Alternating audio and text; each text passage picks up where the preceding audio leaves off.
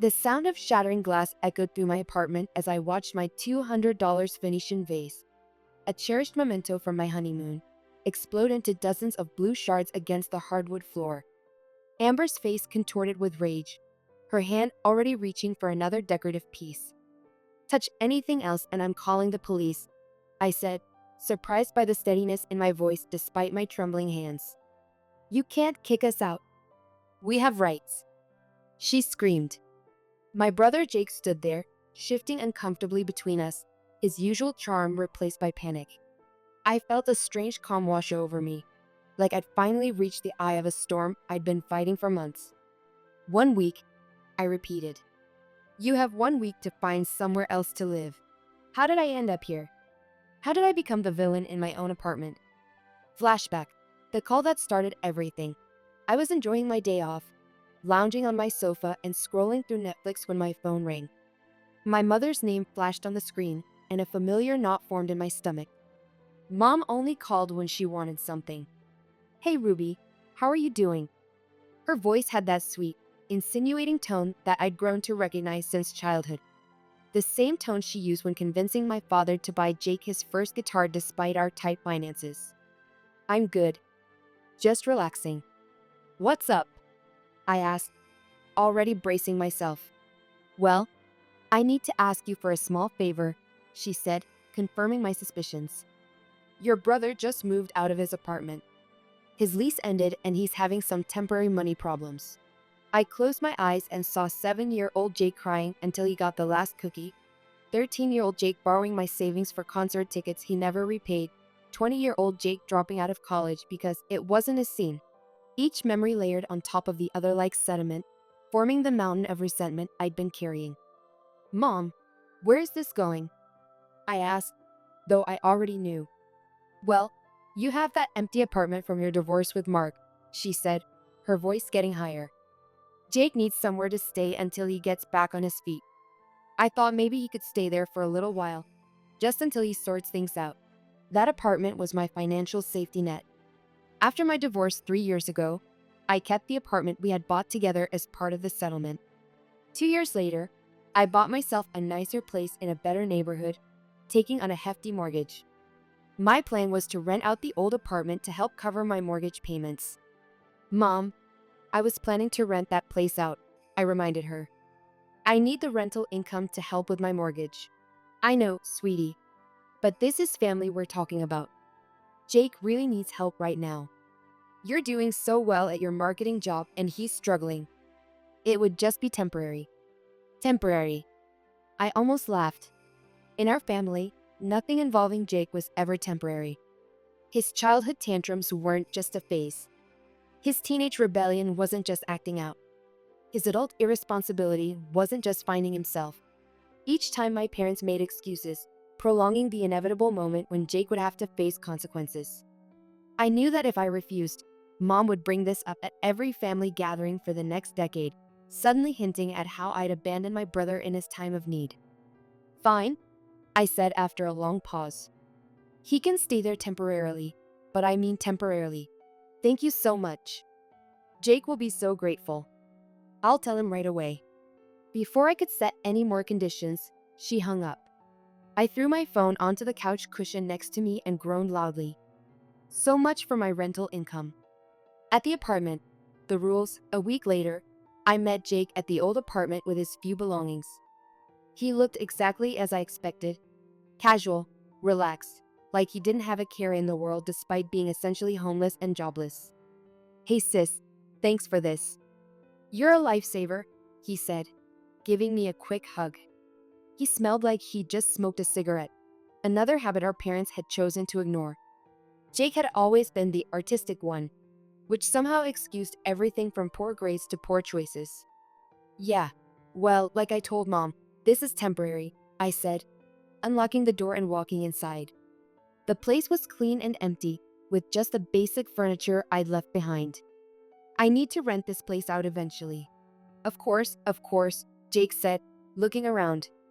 "I'll be out of your hair in no time. Just need to get my next gig lined up, you know. Got some promising leads already." I'd heard that before.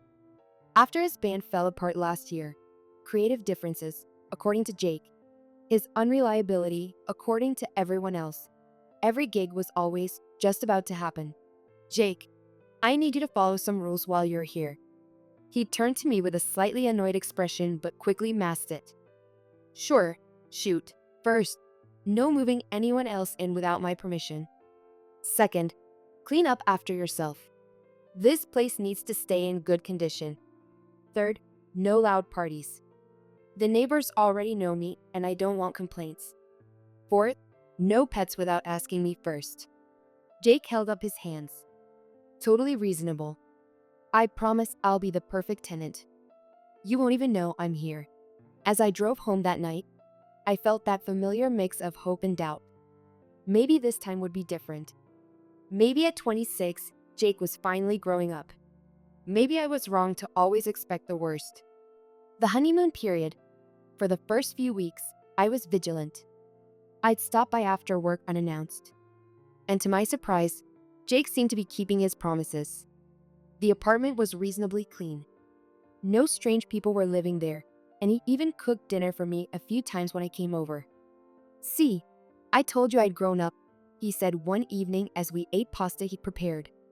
I'm impressed, I admitted. Maybe Mom was right for once.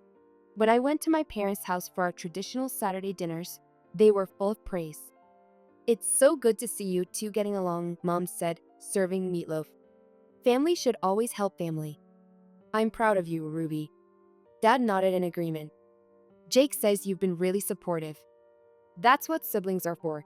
I felt a warm glow of approval I hadn't felt from them in years. Maybe this wasn't such a bad situation after all. The beginning of the end. After about 2 months, I relaxed my surveillance. Work got busier, and I was dating someone new. I called Jake occasionally to check in, but I stopped dropping by unannounced. Everything good over there? I'd ask. Yep, all good. Place is clean. Bills are paid. No wild parties, he'd always respond cheerfully. I should have known it was too good to be true. Looking back, I can pinpoint the exact moment when I should have realized something was off. When the utility bills doubled in February. Jake blamed the cold weather and promised to be more careful. I believed him because I wanted to believe. One Tuesday evening, I suddenly remembered I'd left some important documents in the filing cabinet in the spare bedroom of the apartment. I needed them for a meeting the next day, so I drove over without calling first. When I got to the apartment, I could hear music blasting from inside. I rang the doorbell, but no one answered. After trying a couple more times, I used my key to let myself in. The sight that greeted me stopped me in my tracks. A young woman I'd never seen before was dancing around my living room wearing nothing but one of Jake's t-shirts. When she saw me, her eyes widened in shock, then narrowed in anger. What the hell? Who are you and why are you breaking into our apartment? She yelled over the music. Our apartment? I was too stunned to respond immediately. Hello, I'm talking to you. You can't just walk into someone's home with a key, she continued, turning down the music with a remote. Before I could answer, Jake came rushing out of the bedroom wearing only boxers. His face fell when he saw me. Ruby, I didn't know you were coming by, he stammered. Clearly, I said, finding my voice. Who is this? The girl crossed her arms. I should be asking who you are. I'm Ruby. I own this apartment. I turned to Jake. Care to explain? This is Amber, Jake said, moving between us, my girlfriend. She needed a place to stay, and you moved her in without asking me. I finished for him. Even though the first rule was not to move anyone in without my permission. Amber rolled her eyes. Oh my God, are you serious right now? We're adults. Jake doesn't need your permission for who stays in his apartment. It's not his apartment, I said firmly. It's mine. The confrontation. Ruby, come on, Jake whined, putting on his best pleading face, the same one he'd been using since we were kids, the one that had convinced our parents to bail him out of every mess he'd ever made. I love her. We're really serious about each other. I was going to tell you, but I knew you'd get all uptight about it. I looked between them. Jake was giving me puppy dog eyes, while Amber was staring at me with open hostility. The apartment looked different. Furniture rearranged. walls decorated with posters I didn't recognize, dishes piled in the sink. This wasn't just someone sleeping over. This was someone who had moved in completely. How long has she been living here? I asked. About a month, Jake admitted. A month. A whole month, and he hadn't bothered to mention it. I took a deep breath and counted to 10 in my head. Jake, can we talk privately for a minute? Anything you have to say to him, you can say in front of me, Amber cut in. I stared at her. I'd like to speak to my brother alone in my apartment. Jake squeezed Amber's arm. Just give us a sec, babe. She huffed but stomped off to the bedroom, slamming the door behind her. Charming, I muttered once she was gone. She's just protective, Jake said. And you kind of freaked her out by just walking in with my key to my apartment. I crossed my arms. Jake, what the hell? We had an agreement. I know, he sighed. But we've been together for 3 months and her roommate kicked her out and it just made sense. She's really great when you get to know her.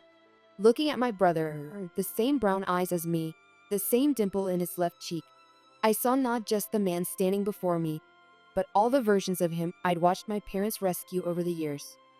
I'd spent my life being the responsible one, the one who did everything right, while Jake was allowed to float through life on charm and second chances.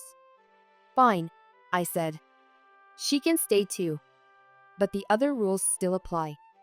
Keep the place clean. No parties. No pets without asking. Jake's face broke into a huge smile and he hugged me. You're the best. I promise we'll follow all the other rules. You won't regret this. I already do, I mumbled. But he didn't hear me. As I was gathering my documents and heading toward the door, Amber emerged from the bedroom. So, I'm allowed to stay? How generous of you, she said with a smirk. Amber, be nice, Jake said weakly. No, I'm serious. Thank you, Ruby, she said, but her tone made it clear she wasn't thankful at all. But next time, maybe knock before using your key. It's kind of invasive to just walk in. I opened my mouth to remind her whose name was on the deed but decided it wasn't worth it. Sure. As I reached for the door handle, Amber stepped in front of me and opened it. Bye now, she said with a fake smile and practically slammed the door behind me. I stood in the hallway stunned. Did that really just happen? Did my brother's girlfriend just kick me out of my own apartment? Family dinner. The betrayal. That Saturday, I went to my parents' house for dinner, still fuming about the encounter. So, I met Jake's girlfriend, I said as we ate. Isn't she lovely? Mom beamed. Jake brought her over last week. Such a sweet girl. I nearly choked on my potatoes. Sweet? She was incredibly rude to me. I told him about finding Amber at the apartment and how she'd acted toward me. Mom waved her hand dismissively. You probably just caught her off guard. And using your key without warning, that would startle anyone. It's my apartment, I said, feeling like a broken record. And they broke the rules we agreed on. Oh, Ruby, Mom sighed. You need to understand Jake's building a serious relationship here. They want to create a home together. In my apartment, I emphasized. Can't you be happy for your brother? Dad asked. After your divorce, you should understand how important it is to find someone. That stung. They knew my ex-husband had cheated on me. Yet somehow, they were using my failed marriage to guilt me about Jake. I stared at the familiar kitchen, realizing that in this house, I would always be wrong if it meant Jake could be right. This isn't about my divorce, I said. It's about Jake not respecting our agreement. Family is more important than rules, Mom said firmly. You have 2 apartments, Ruby. Your brother has none. You can afford to be generous. I gave up trying to make them understand and changed the subject. Things fall apart. The following week, I got the utility bills for the apartment. My jaw dropped when I saw the amounts, nearly double what they were before. I called Jake immediately. Hey, have you seen the utility bills? They're twice as high as they should be. What's going on? Well, he hesitated. Amber likes to take really long baths, like really long. And she says she needs light to see, so she keeps all the lights on. I closed my eyes and counted to 10 again. Jake, I'm paying those bills. I know. I'm sorry. I'll talk to her about it. Please do, I said. I can't afford these kinds of increases. I promise, sis, I'll handle it. I wanted to believe him, but a part of me knew better. 3 weeks later, my phone rang. It was Mrs. Patel, the elderly woman who lived across the hall from my apartment. Miss Ruby, I am sorry to bother you, she said in her gentle accent. But there have been very loud parties in your apartment. Many nights, very late, too much noise, too many people. I apologized profusely, promising to address the issue even as anger bubbled inside me. First the unauthorized roommate, then the bills, now parties. Jake had broken every single rule. The next day, I drove to the apartment after work. I knocked on the door, then rang the doorbell, but no one answered. I tried my key, but it wouldn't turn in the lock. I stared at the door in disbelief. They had changed the locks. They had changed the locks to my apartment. I was beyond furious now. I went down to my car and decided to wait. 2 hours later, Jake and Amber appeared, walking toward the building entrance. I followed them inside and up the elevator. When they reached the apartment door, I called out, "Jake." He turned, his face dropping when he saw me. Amber looked annoyed. "What are you doing here?" she asked. "We need to talk about why my key doesn't work anymore," I said. Once inside, I noticed the apartment was messier than before. Empty beer bottles lined the kitchen counter and the living room furniture had been rearranged. "Why did you change the locks?" I demanded. Before Jake could answer, Amber jumped in. "I didn't like the idea of you being able to just walk in whenever you wanted. It's creepy." I turned to Jake. "Did you agree to this?" He looked at the floor, then nodded slightly. "You know what? I've had enough," I said. "Mrs. Patel called me yesterday. She says you've been having loud parties. That old bat needs to mind her own business," Amber muttered. "The neighbors are my business," I said. "And so are the utility bills, which have doubled since you moved in." Jake stepped forward. "Ruby, can we talk about this later or when everyone's calmer?" "No, we're talking about it now," I insisted. "You've broken every single rule we agreed on. You moved someone in without asking. You're not keeping the place clean. You're having parties. And now you've changed the locks to my property without my permission." Amber rolled her eyes and went to a drawer, pulling out a folded piece of paper. "Here, what's this?" I asked, not taking it. "It's a list of rules," she said, shoving it into my hands. "If you want to visit your apartment, these are the conditions." I unfolded the paper, not believing what I was hearing. As I read through the list, my jaw dropped. The first rule stated I needed to give them at least 3 days' notice before visiting.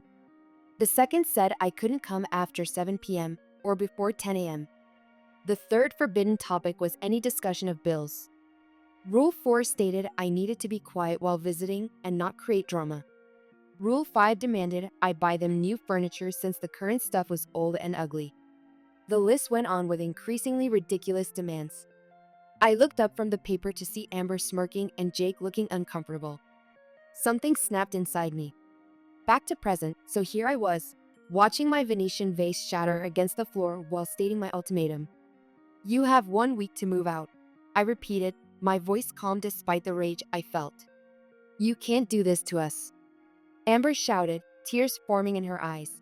The first genuine emotion I'd seen from her. "Where are we supposed to go?" "That's not my problem," I said, turning to leave. As I closed the door behind me, I heard Amber screaming obscenities with Jake trying to calm her down. I walked to my car with my head held high, but once inside, my hands started shaking. I'd never stood up to Jake like that before. I'd never stood up to my family at all. Always the peacekeeper, always the reasonable one, always the one who compromised. But something had changed in me. Perhaps it was seeing my brother become someone I barely recognized. Perhaps it was realizing how much I'd allowed myself to be taken advantage of over the years. Whatever it was, I felt both terrified and exhilarated by my decision. The aftermath. I just pulled into my driveway when my phone rang. Mom's name flashed on the screen. Great, Jake had already called her. "Hello," I answered, bracing myself. "Ruby, what is wrong with you?" She started immediately. "Jake just called us in tears." How could you kick your brother and his girlfriend out onto the street? Mom, they changed the locks to my apartment without asking me. I'm sure they had their reasons, she dismissed. You're always barging in without warning. Dad's voice came on the line. Your mother and I are very disappointed in you, Ruby. After everything we've done for you. What exactly have you done for me, Dad? I interrupted. I bought my own place. I'm paying my own mortgage. I'm letting Jake stay in my property rent-free, and he's taking advantage of me. That girl seems lovely, Mom said. Jake says you've been hostile toward her from the start. I laughed in disbelief. Amber threw a vase at me today. She wrote out a list of rules that I have to follow to enter my own property. You're exaggerating, Mom said. Ever since Mark left you, you've been bitter.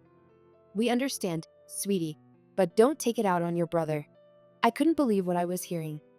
In that moment, I saw with perfect clarity the dynamic that had shaped our family for decades. No matter what Jake did, he would be forgiven. No matter what I did, I would be expected to sacrifice more. I ended the call and turned off my phone.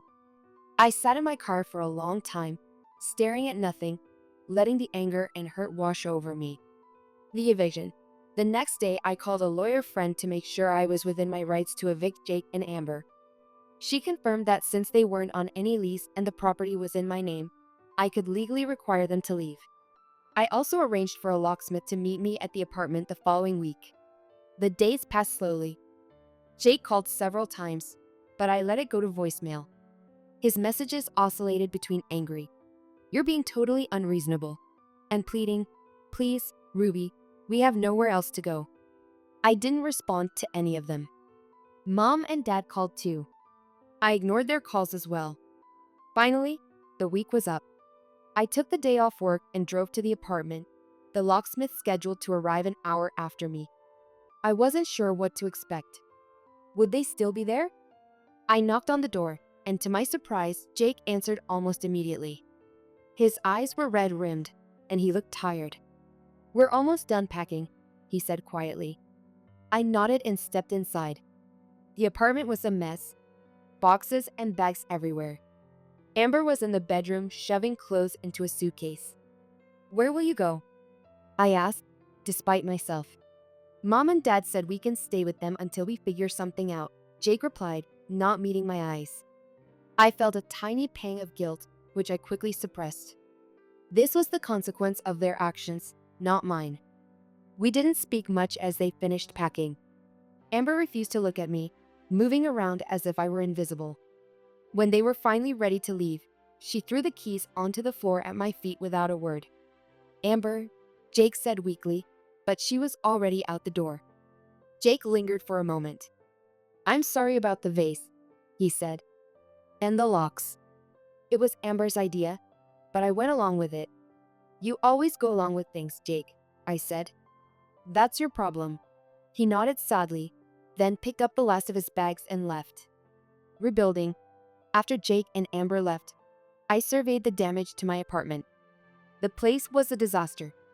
There were stains on the carpet, scuff marks on the walls, and the bathroom had a layer of grime that made me gag. The kitchen wasn't much better.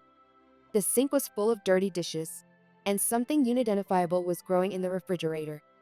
The locksmith arrived and changed all the locks. I paid him extra to install a deadbolt for additional security. As he worked, I started cleaning, filling garbage bag after garbage bag with trash they'd left behind.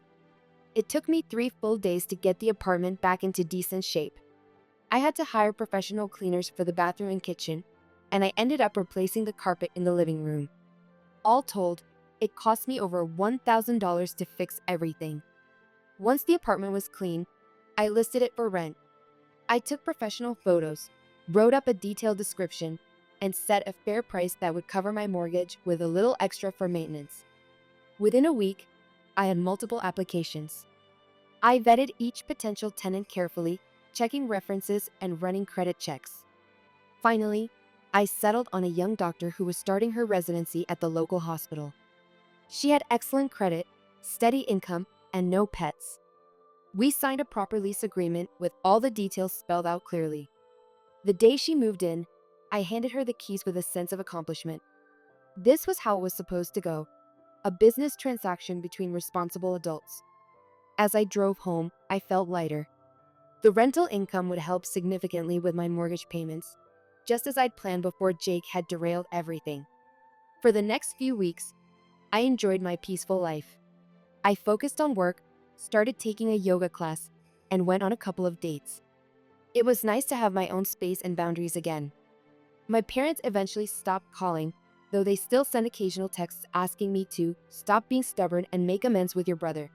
I deleted these without responding. The tables are then, about a month after Jake and Amber moved out, I received a message from my mother that made me pause. Ruby, I know you're still upset, but I need to talk to you. It's important. Please call me. Something in the tone seemed different. I hesitated, then decided to call her back. Mom, what's going on? There was a heavy sigh on the other end. Ruby, I owe you an apology. I nearly dropped the phone in shock. In my entire life, I could count on one hand the number of times my mother had admitted she was wrong. Amber is not who we thought she was, she continued. She's taken over the guest room like it's her personal suite. She leaves her things everywhere, uses all the hot water, and gets angry if we ask her to clean up. Sounds familiar, I said dryly. She set up rules for us in our own home, Mom said, her voice breaking a little. She told your father he couldn't watch TV after 9 p.m. because the noise bothers her. And she invited friends over for dinner without asking me first. I couldn't help but feel a twist of satisfaction. That must be hard for you. I see now what you were dealing with, Mom admitted. Can you talk to Jake, maybe convince him and Amber to find their own place? Your father and I are at our wits' end. I laughed in disbelief. Are you serious right now? You want me to solve your problem after you took their side against me? Ruby, please. We made a mistake. We're your parents. And I'm your daughter, I replied. But that didn't stop you from accusing me of being jealous and bitter. It didn't stop you from dismissing everything I said about how they treated me and my property. We were wrong, Mom said quietly. I'm sorry. The apology should have felt good, but it was too little, too late. Mom, you and Dad created this situation. You enabled Jake's behavior his entire life. You taught him that rules don't apply to him, and that someone else will always clean up his messes. What are we supposed to do with them? Mom asked, sounding genuinely lost. That's your problem to solve, not mine. Just like my apartment was my problem, remember? There was a long silence on the other end. Will you at least talk to us again? Come to dinner on Saturday? I considered it. Part of me wanted to hold on to my anger, to make them suffer the way they'd made me suffer. But another part recognized that this might be a chance for real change in our family dynamics. I'll think about it, I said finally. But I'm not fixing this for you. I understand, Mom said. We love you, Ruby. After we hung up, I sat on my couch processing the conversation. There was a certain poetic justice in my parents getting a taste of what I'd experienced. Maybe now they'd understand why I'd taken the stand I did. Epilogue. Over the next few days, I thought about whether to go to Saturday dinner.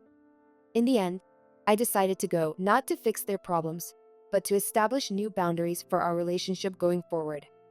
As for Jake and Amber, I felt no obligation to help them. My brother had made his choices, and now he could live with them.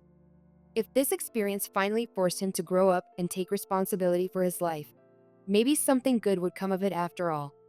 Meanwhile, my tenant paid her rent on time each month. The money went straight toward my mortgage, just as I'd planned. I was moving forward with my life on my own terms, without apologizing for protecting what was mine. And that broken Venetian vase? I decided not to replace it. Some memories are better left in the past.